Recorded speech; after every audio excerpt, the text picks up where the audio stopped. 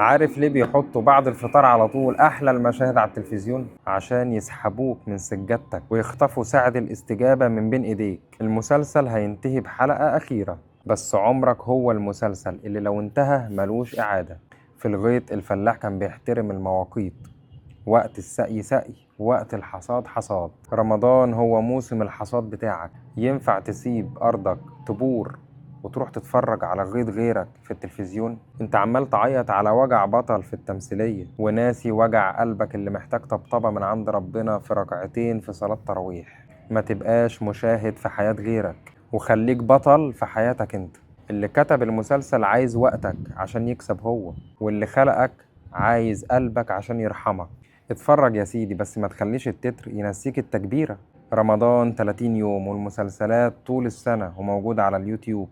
اكتب انت سيناريو نجاتك النهاردة وخلي نهايتك مغفرة.